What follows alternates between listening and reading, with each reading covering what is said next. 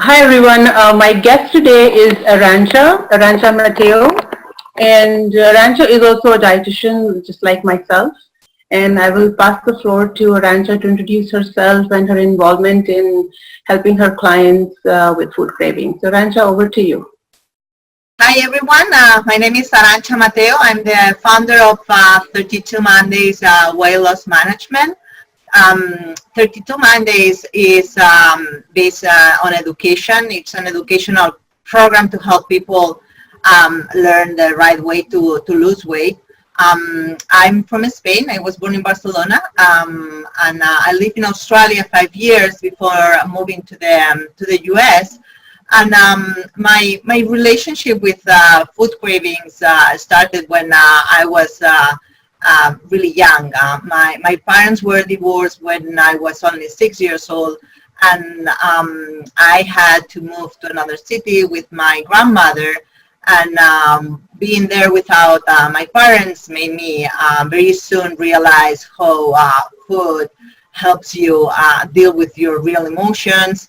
And I learned that eating the food that made me feel good will help me forget about my real feelings. And trying to avoid that food will make me more excited and nervous and, having a hard time. So I was overweight until my teenage years, and I really hated every single day. It was really, really awful for me. When I was in high school, I learned about calories, and most importantly, learned how deciding what to eat, one thing or the other, will help me. So I finally lost weight, and I promised myself that I will never, ever be overweight again. So I decided to be a nutrition specialist, and I spent many, many years learning about nutrition, and more specifically, learning about how food cravings work, and how we can learn how to manage. And I started to help my clients work on those food cravings, and more, of course, on how to get in control of the weight overall. So that's my background, and that's how I help my clients. I find it so interesting that, the food habits that we all have as adults, how deeply embedded they are, and related to the way we are brought up during our childhood. Yeah.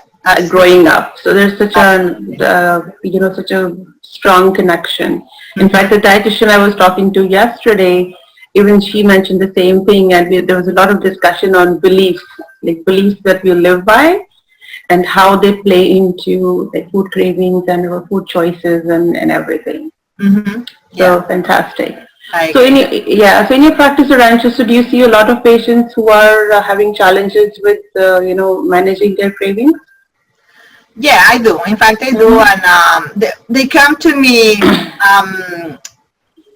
in a very challenging situations because they have food cravings, and they have gained weight, and they have tried many diets, and that's usually the what happens with most people, especially when we get older, that we keep trying and trying over the years. And the thing is that those diets and those efforts really slow your metabolism, and you enter into that situation of the yo-yo diet effect, which is really, it's really a metabolic problem, and affects also your emotions and the way you pay all the weight management process. So yeah, that's basically how my clients come to me, and how they approach the food craving situation and the weight management. Okay, all right. So I believe you have a short presentation for our viewers. Yeah. Right. So we can get started with that, and then we'll see how questions come up, and then we can have a discussion post the presentation. Okay. So I prepared the presentation because many people come to me really thinking that the problem is that they are losers, that they don't have willpower, they can't manage what they do, and they feel like a failure, and breaks my heart because I want to explain to them that it's not about that. It's that the diets have been harming their metabolism and made still more difficult to get in control of your weight and get in control of your cravings. So I really wanted to explain to them that there is a reason behind everything, and that's how I approach my whole consulting and my whole educational program is like looking behind the reason why it's happening to you, and so I explain it, and I think that when people understand really the reason behind and the process, it's much easier to make the right decisions because they're deep in their minds, and it's not that I'm telling them, oh, you have to do this and this, but they see, oh, okay, so now I know what happens when I do this, and if I don't do it, something else is going to happen. That's much easier to do. It's much easier to make a change and to take the right decision when you know what's going on inside. And food craving, it's perfect. It's the perfect explanation because we always think that when we crave that cookie or we crave that pasta is because we don't have willpower to say no, and we fight with that, and there are reasons behind. So I wanted to do the presentation because it's a little bit more, well, I would say not complicated, but it has more material. Yeah, sure, go for it. Yeah. Let me share the screen. Excellent. I can see your screen nice and clear. Okay. So I call this presentation how you stop your food cravings naturally by fighting the cause and not the symptom. As I said, I really believe in working on the cause of things and understanding what's behind, which makes things much easier to make a change rather than just wait until it has already happened and you are there with your cravings and you don't know what to do. So before we start into which type of food cravings I work, I wanted to let me put all of them. Say that there are some food cravings that are related to things that are difficult for us to control. Basically, those are because of hormone imbalance. It could be because of pregnancy or PMS cravings, or we can have a food deficiency, and that's very difficult to address. So there isn't much that you can do other than go to your doctor, talk about it, and if you have a food deficiency, then address that. So I'm not talking about that type of cravings. That's something that it's more to talk about with your doctor. And if you have food cravings for celery, go for it. That's perfect. So here we are to talk about those food or carb cravings that are bad for us and we need to stop, like when we crave those donuts or the chocolate or cheeseburgers or a big dish of pasta. So what triggers your food cravings? As I said, those food cravings make us feel powerless because we think that we can't control them. And that's one of the, to me, that's one of the worst feelings, to feel that I can't control something because you're powerless. There's nothing you can do. Right. And, there are three triggers for those type of food cravings. Emotional, your emotions, the food manufacturing industry as a product of the food engineering, and the sugar imbalance in your body. Okay, and many authors, they just talk about the emotional part. That everything is because something is going on with you, but the truth is that you can have food cravings even if they're not emotionally involved, and they're related to those food manufacturing industry, food engineering products, and also the biology. Our own biology can be really affecting those food cravings. So I'm going to focus on the three types. I'll talk about each of them, types of triggers, and then I'll talk about how you can address those type of food cravings, depending on the trigger, what can you do, and I'll give some tips on how you can focus on that. Fantastic, yeah. So trigger number one, your emotions. So that could be, that apple pie that you see and you remember your mom that she used to do it, or she's still doing it, or she's great doing that. So you see the apple pie and you think about your mom. Or it could be when you're alone, it's Friday night, you get home, it's tired, you're alone, you don't have a partner, or it's not with you, or you feel, that loneliness, and you go get the ice cream because you feel that that way you feel less lonely.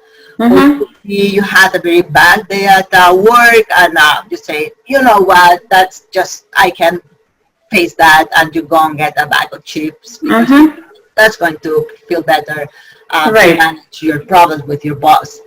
And the truth is that many feelings are very hard to deal with, and food is a very easy way to use to help you. And there are physiological problems, physiological reasons to explain that, food can help us manage those emotions. Right. So there are areas in your brain that work in that memory. Also, they detect the pleasure. Those are the reward centers in your brain. And it has been demonstrated that there are specific foods that can reach on those centers. Okay. And when they get there, they make you feel good. So it's real. It's not that you feel it. It's real. There is a connection. There is within the food, the brain receptor, and they make that you feel. That helps you deal with those emotions. They help you feel better, calm you down, release the stress in that moment. So that's really studied. What happens is that the brain are going to recognize those feelings when they are coming. So the brain is very smart and says, oh, you know what, there are some foods that are going to help when you feel like that. So the brain is going to send the signals to make you crave that food. So it's going to say, okay, recognize this feeling. I know that there is food that can help and make you crave that food to make you feel better. Right. So that was about your emotions. So to understand that it's not only, the emotional part, but it's really something really happening in your brain. The second trigger is what they call the food manufacturing industry trigger. And the thing is that when you go to the grocery store, you go and get your healthy stuff, and you get attracted and hooked to different food. And you don't really know that, but it's really an attraction. Right. And the thing is that the food manufacturing industry is really working on make us hook and attract to that food. And it's usually very an inexpensive food and very tasty. Very Yeah. So the food manufacturing hires food engineers, and it's just get data. They work with people, and they measure really how much attraction and how much craving is the food creating to people, and they just work on that to make the product more and more attractive. Right. So basically what's happening is that they are manipulating or taste bud. They manipulate what they like. They measure, as I said, how much craving that food is going to create. And a very important ingredient is sugar. They know that sugar make us like that product much more. And not only that, it's asking us to go for more. So it's a sort of an addiction, and they know that this exists.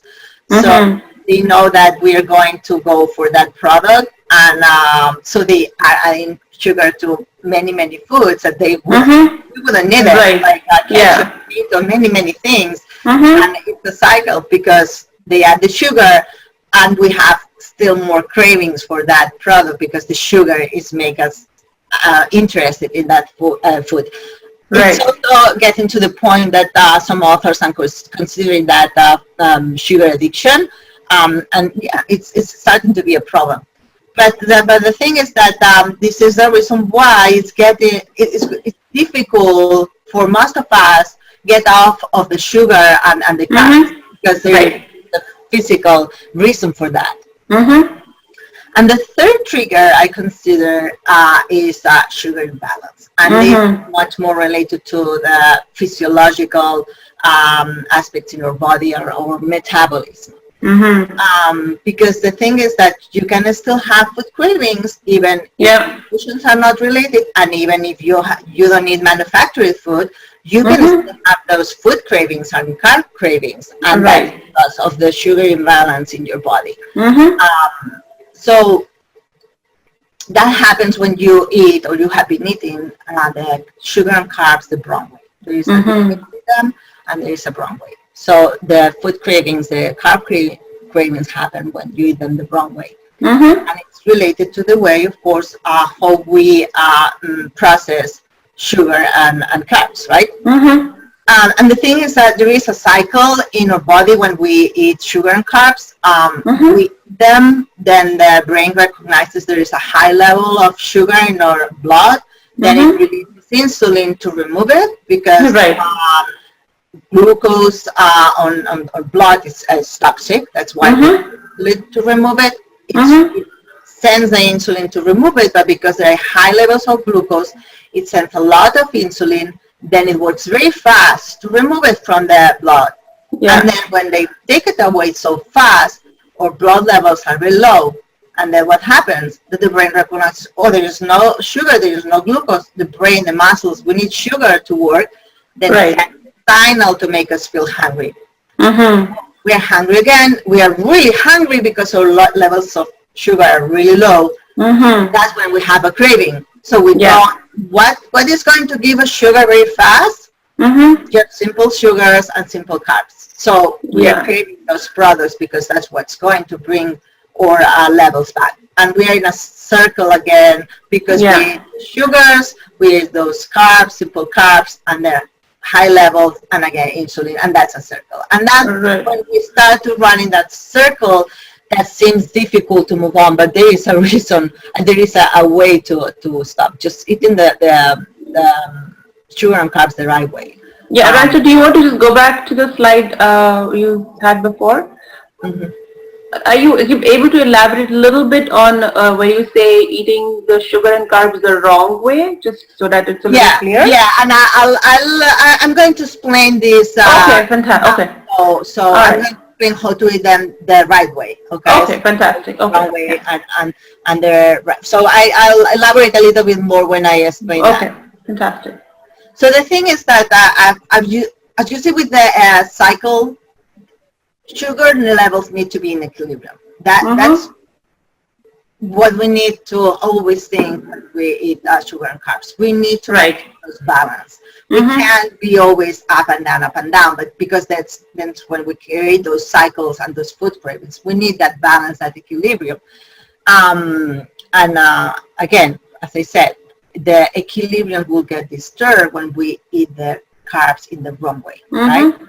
So what does it mean to eat them the right way? It means that it's about quantity, it's about frequency, it's about combination, and it's about quality, right? So the right way will be eat the right quantity, so learn the portion sizes, right?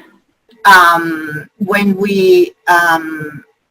we know portion sizes for pasta, for example, which is a cup, and we eat just a cup of pasta, then it's okay. But we don't know, if we don't know that, and we are not aware we get a plate of pasta big, then we are creating that imbalance, right?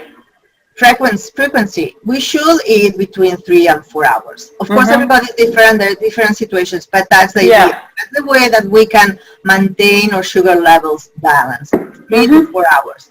When we spend the whole day not eating because we forget, we are busy, or we just don't have anything to eat, we spend 6 hours not eating, and then we eat, we usually are going to eat much more. The quantity, the recommended quantity. That will create another imbalance. So or when we are always eating. So we have our lunch and then we have a piece of chocolate and then we have something else. We're constantly eating. That's also creating imbalance because we are not letting our body rest enough hours. We are making always work our pancreas, releasing insulin again and again and again and again. And that's creating not only imbalances, but in the long term, that will create health issues related to diabetes and other problems. The third point to eat the carbs the right way is the right combination. So when we eat carbs or sugars alone, all that is going to, sugar is the easiest way to be absorbed, the easiest energy. If we eat them alone, we're going to eat them, it's going to absorb, everything is going to be absorbed. If we combine them with some protein, for example, the absorption is going to be not only slower, but not all the sugar is going to be absorbed. If instead of eating simple carbs or white carbs, we eat them with fiber, which means eating whole grains and the fruits and vegetables. So those are still carbs, but they have a lot of fiber, and the fiber is going to make the absorption slower, even not absorbing everything. And the fourth point to eat the carbs the right or the wrong way is the quality. And quality, this is a little bit more complex. It's about glycemic index, glycemic load. Depending on the type of carb, there is a way to evaluate those carbs, and it's glycemic index and glycemic load. And it's very important to learn about this. And I have an ebook on my webpage. If anybody go to my webpage, they can get the free ebook. I'll talk about it. And there are many articles in my webpage talking about that. That's something I recommend everybody to understand. It seems a little bit complex, but I think I explain it very easily, very affordable. That's a very important concept that everybody should learn. So all these, the 4 points of how eating your carbs should be in each meal, right? The right quantity, the frequency, the combination, and the quality should be really good. So how we deal with all those food cravings? Let's start with the emotions. The first thing I like to say is that food is not going to change anything. If you have a problem, if you feel fat, whatever you feel, food is not going to change it. You may feel better momentarily because of the brain receptors, but the problems, everything is going to stay there, right? So I like to ask what is bringing that emotion to you. Work on that. That's where you have to work. You don't have to fight emotion. You don't have to fight the food. You have to work on what is bringing that emotion to you. Think about it and learn about you, because you can predict that, right? If you're missing your mom and you're going to a coffee shop where they have she used to make or she made, you know that you're going to crave that. So think about it before ahead of time, because you are the one that know about yourself the most. And do your job. Just go and fight about that. It's going for the cake. Just fight about your emotion. Find what you can do. And simply, I recommend not to give up. I mean, we shouldn't give up on anything, and that's another thing. Work on that. So some tips I like to give is find other ways to reduce the stress. So get a massage instead of eating ice cream, or practice relaxation techniques. So if stress is what's giving you those emotions, like problems with your boss or work or whatever, learn how to do relaxation techniques, for example. Look for ways to manage your emotions. You can talk to a friend. You can get a pet and pet your pet, or go for a walk, or go to the movies. Look for other ways that you can do. and it's healthy. I mean, it sounds like the A cliche term. Yeah. you keep your hormones levels under Yeah. control, and that helps the whole thing. So the healthier you eat, the better you're going to be able to manage even totally. emotional triggers. Right.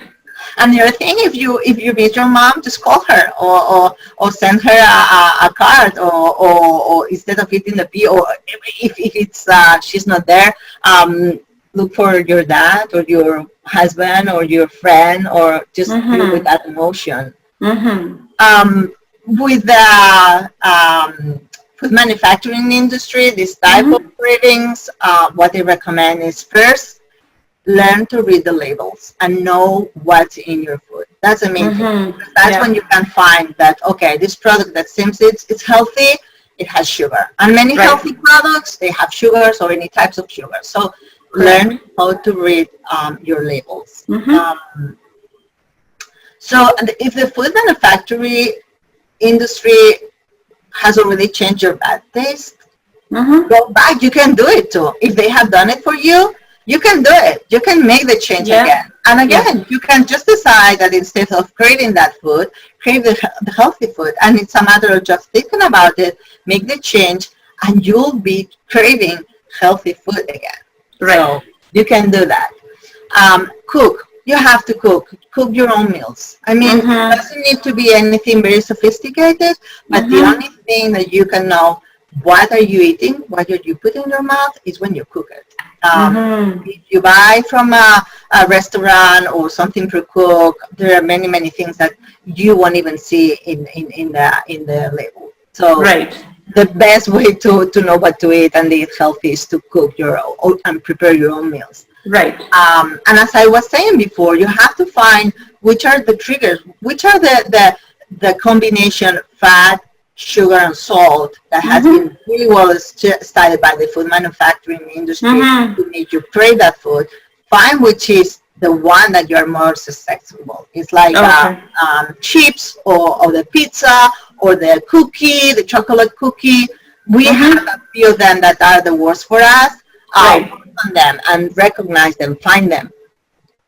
Finally, recognize how attractive are the packages in the grocery store. It's not because they have studied how to do it to make you attracted to it, and they say them healthy and whatever, and you go to there. Don't let them trick you.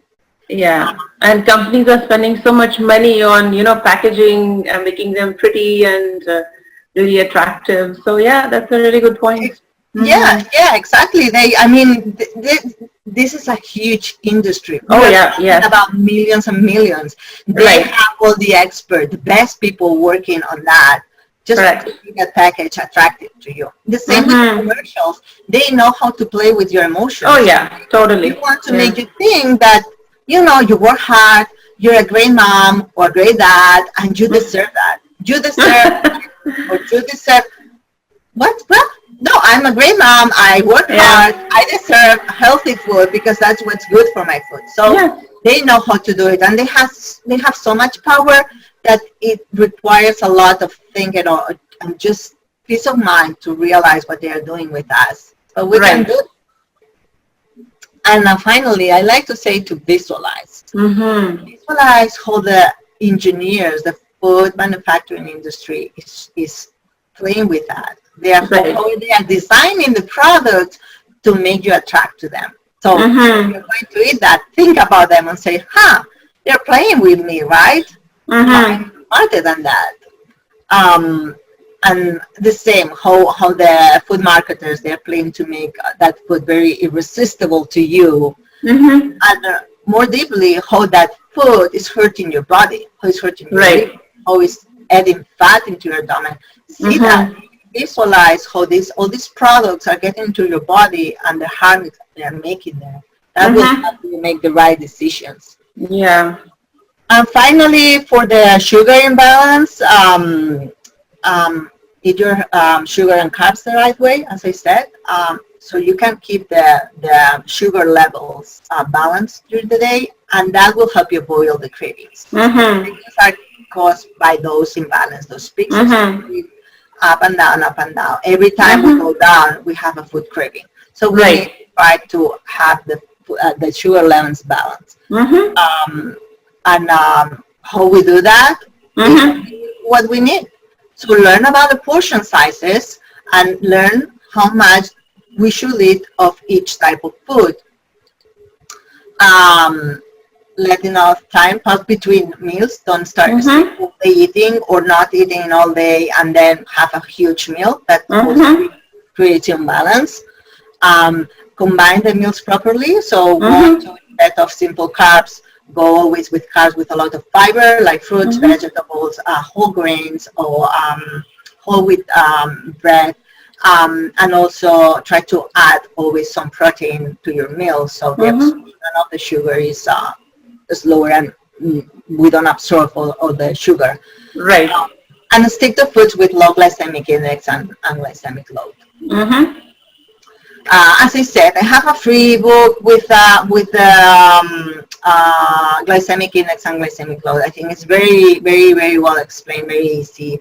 I have a free online course that also talks about very related to what we are talking today, and I have a whole online program that you can follow.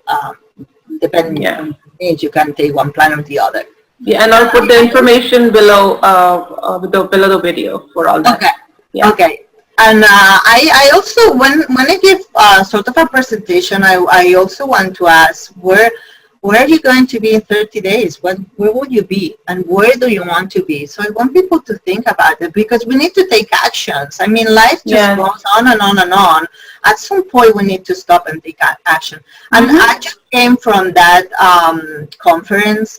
And one of the things that really resonated with me was that they were talking about the domino effect.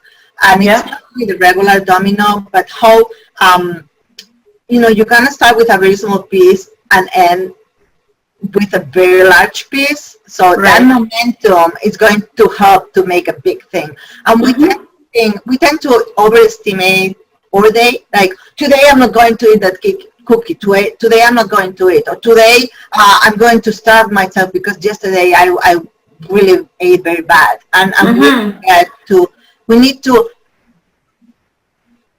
overestimate what we can do in a year. So not what we can do today, but we can do in a year. And that momentum, that keep moving, is what is going to make a big difference. But we need to start at some point. We can't keep procrastinating, thinking, oh, maybe tomorrow, or I'll do it someday. We need to start doing something right now, as soon as possible, to start that momentum. And in a year, on 30 days, not only in a year, 30 days. 30 days, So my favorite quote, if you do what you have always done, you'll get what you have always got. And that's the way it is. Well said, yeah. And as I said, you put all the information under. You can, if you still have questions, I'll be very happy to give the audience a free health assessment. Just go to I think the easiest way to go is to go to my webpage and find my email. If you're putting there my email, just reach me my email. I think it's the easiest way to do it. Yeah, fantastic. Okay. And that was some great information. Thank you. Great tips. Basically that's the way I try to help my clients. I don't know if you have any other question. Yes, so you pretty much covered just a couple of things that would be actually helpful for the viewers. Is that so you talked about the approach and the mindset. So you covered quite a few tips. So if I were to ask you this question, Arantxa, that what are your top 3 tips to help people, get the control over their cravings? What would you say? I will say go back and think about the 3 triggers. The emotionals, the food manufacturing industry, and the sugar levels. Remember three things. Remember Okay. that it's not only about emotions, or it's not only about sugars, or it's not all about the food manufacturing. There are three things related, and then think about what you can do. Emotions. Just think about your emotions. Work on what you have to work with yourself, because there are many things that you can do instead of feeling that everything is lost and you can't do anything. Right. Second thing will be the food manufacturing industry just realize how they're playing with us. And I mean, it's a job, but it's a big industry and they have a lot of power. So we have to be smarter than them. And once we get out of their power and we start to eat healthy, either way, we are going to feel much better and have much more power to make the right decisions. And finally, think about the sugar imbalance, because that's something that nobody knows. And I really think that they know about nutrition and about how to manage their weight. They don't know about this, and they start stay all day not eating, and then they eat a lot, or they eat all day, or they don't have an idea about the power of glycemic index and glycemic load, which is really powerful to manage and manage the weight. And I wanted to add something, and it's about willpower. And everybody thinks that willpower, everybody overestimates the power of willpower. I think that, if we fail, it's because we don't have willpower.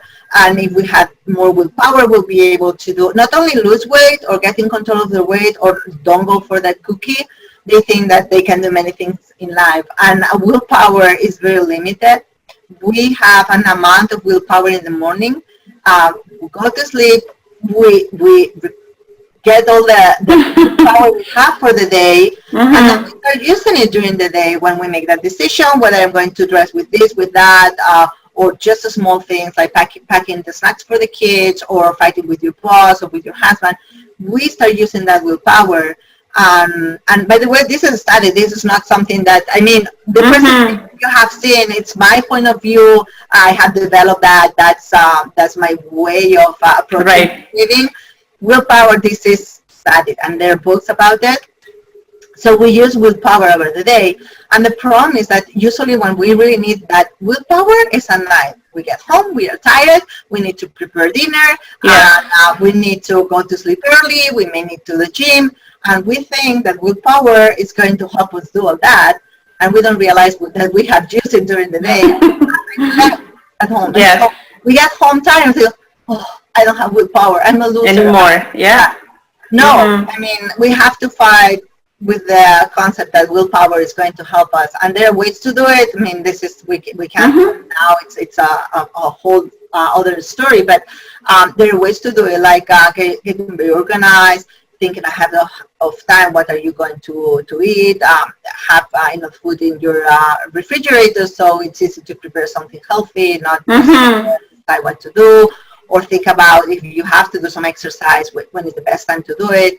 So many things that you can do, but we don't think that willpower is your solution, or that your problem or your failure is that you don't have willpower, because willpower is like a muscle. It's not, we use it and we get it tired, and then we use it and we restore it. So that's I wanted to add about this. Yeah, actually there's a lot of research now coming out on willpower, because it's all about get a hold of your willpower, but really willpower, and you rightly said, by the time you're home, the willpower is lost because you're tired from a hectic day.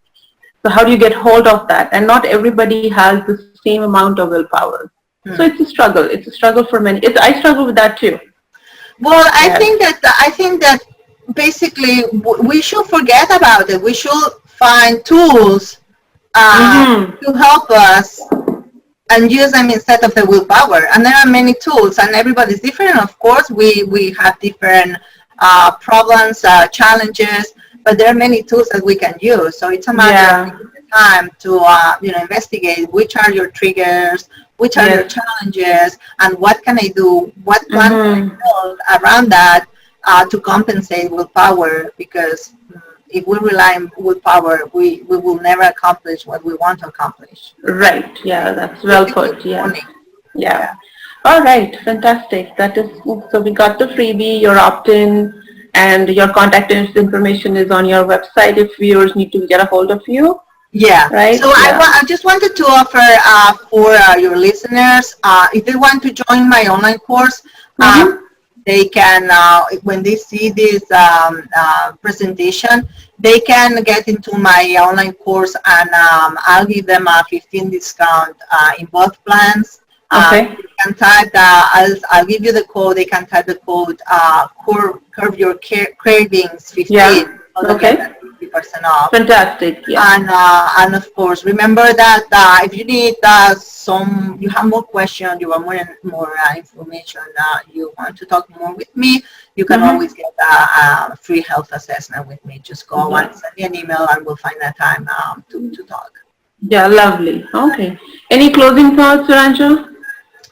No, basically, the main thing to me was to reassure that I feel so sad and very hurt when somebody comes to me saying, I'm failing, everything I'm trying is not working, I have done so many diets, they're not working, I'm gaining more weight, and I don't know what to do, there is no hope, especially when people get older and the hormones changes, and I feel so bad, and I just like and love to tell anybody that there is hope. There is a way that you can manage your weight. Don't think that there is nothing else you can do. I mean, the reason why you are where you are is probably not your fault. I mean, even willpower, that we can think that we don't have willpower, it's probably not that. It's a consequence of many things, many diets that really don't work, that never explain to you anything. How can you